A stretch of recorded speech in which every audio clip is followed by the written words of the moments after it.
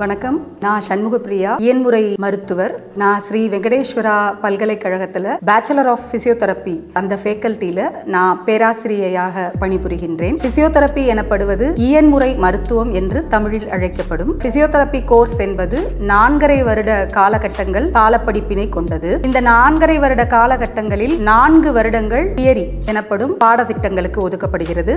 6 மாத காலகட்டங்கள் இன்டர்ன்ஷிப் எனப்படும் ட்ரைனிங்கில் பல்வேறு பல்நோக்கு மருத்துவமனைகளில் மாணவர்கள் அமர்த்தப்பட்டு அங்கு ட்ரைனிங் கொடுக்கப்படுகிறது மாணவர்களுக்கு. இந்த 4 வருட காலகட்டங்களில் மாணவர்களுக்கு anatomy, physiology, sociology, psychology, physiotherapy in orthopaedics, physiotherapy in neurology, physiotherapy in cardio, biomechanic, general medicine, general surgery, paediatric, exercise therapy, electrotherapy போன்ற பாடத்திட்டங்கள் மட்டுமல்லாது மைக்ரோபயாலஜி, பேத்தாலஜி போன்றவைகளும் பயிற்றுவிக்கப்படுகின்றது. மீதமுள்ள 6 மாத காலகட்டங்கள் பல்வேறு பல்நோக்கு மருத்துவமனைகளில் இந்த மாணவர்கள் அமர்த்தப்பட்டு எவ்வாறு நோயாளிகளை பார்ப்பது, அவர்களை எவ்வாறு அசஸ்மெண்ட் எடுப்பது, அவர்களுக்கு எவ்வாறு பிசியோதெரப்பி கொடுப்பது என்பது குறித்து டைரக்டாக ட்ரைனிங் கொடுக்கப்படுகிறது. மேலும் இவர்கள் பயிற்சி காலங்களிலேயே அரசு மருத்துவமனைகளில் இவர்களுக்கு ட்ரைனிங் வழங்கப்படுகின்றது. 4.5 ஆண்டு காலங்கள் படிப்பு முடிந்த பின்பு இந்த மாணவர்கள் ஸ்போர்ட்ஸ் மெடிசின் எனப்படும் ஸ்போர்ட்ஸ் பிசியோதெரப்பி எனப்படும் ஏரியாவில் ஸ்பெஷலைஸ்டா வேலை பார்க்கலாம். எம்பிடி எனப்படும் போஸ்ட் கிராஜுவேஷன் கோர்ஸ் இதற்கு பிற்பாடு அவர்கள் படிக்கலாம்.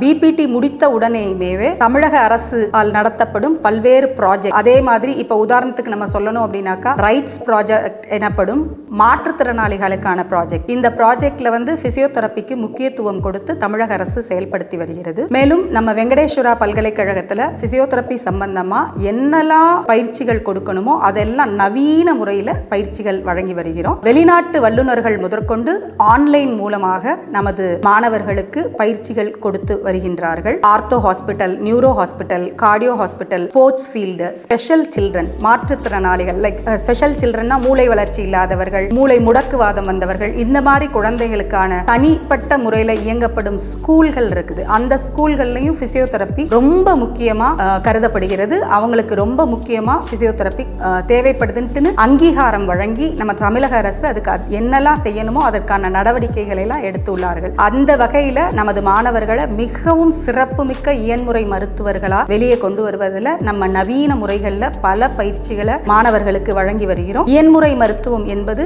இயலாதவர்களையும் இயல வைக்கும் மருத்துவம். அப்பேற்பட்ட படிப்பினை மாணவர்கள் சூஸ் பண்ணி பேறு பெற்ற ஸ்ரீ வெங்கடேஸ்வரா பல்கலைக்கழகத்தில் பயின்று தங்களது வாழ்வை செம்மையாக்கிக் கொள்ள கேட்டுக்கொள்கிறோம். நன்றி.